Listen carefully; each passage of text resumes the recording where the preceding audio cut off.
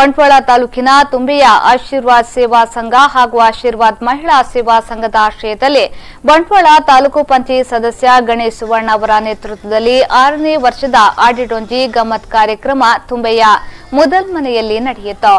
ಇಲ್ಲಿನ ಕೆಸರುಗದ್ದಿಯಲ್ಲಿ ಆಯೋಜಿಸಿದ್ದ ವಿವಿಧ ಕ್ರೀಡಾಕೂಟದಲ್ಲಿ ಮಕ್ಕಳು, ಮಹಿಳೆಯರು ಹಾಗೂ ಊರಿನ ಜನರು ಸೇರಿಕೊಂಡು ಸಂಭ್ರಮಿಸಿದ್ರು.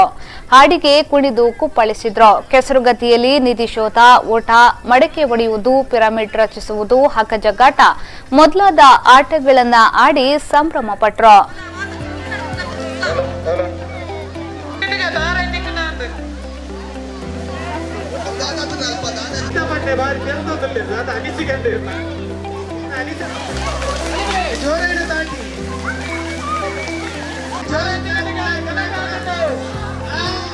ಕಳೆದ 5 ವರ್ಷಗಳಲ್ಲಿ ಮುದಲ್ಮನೆಯ ಗದ್ದೆಯಲ್ಲಿ ಕೆಸರು ಕ್ರೀಡಾಕೂಟ ನಡೆಯುತ್ತಿದ್ದು, ಈ ಸಡಗರದಲ್ಲಿ ಪಾಲ್ಗೊಳ್ಳಲು ಊರ ಹಾಗೂ ಪರವೂರ ಜನರು ಬರ್ತಾರೆ.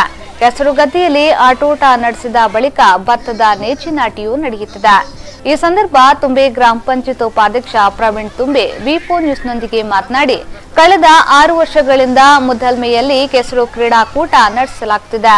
ಆಟದ ಗಮ್ಮತ್ ಕಾರ್ಯಕ್ರಮವನ್ನು ಆಚರಿಸಿ ತುಳುನಾಡಿನ ಆಹಾರ ಪದ್ಧತಿಗಳನ್ನು ಮುಂದಿನ ಜನಾಂಗಕ್ಕೆ ಪರಿಚಯಿಸುವ ಪ್ರಯತ್ನವನ್ನ ನಡೆಸಲಾಗುತ್ತಿದೆ ಎಂದರು.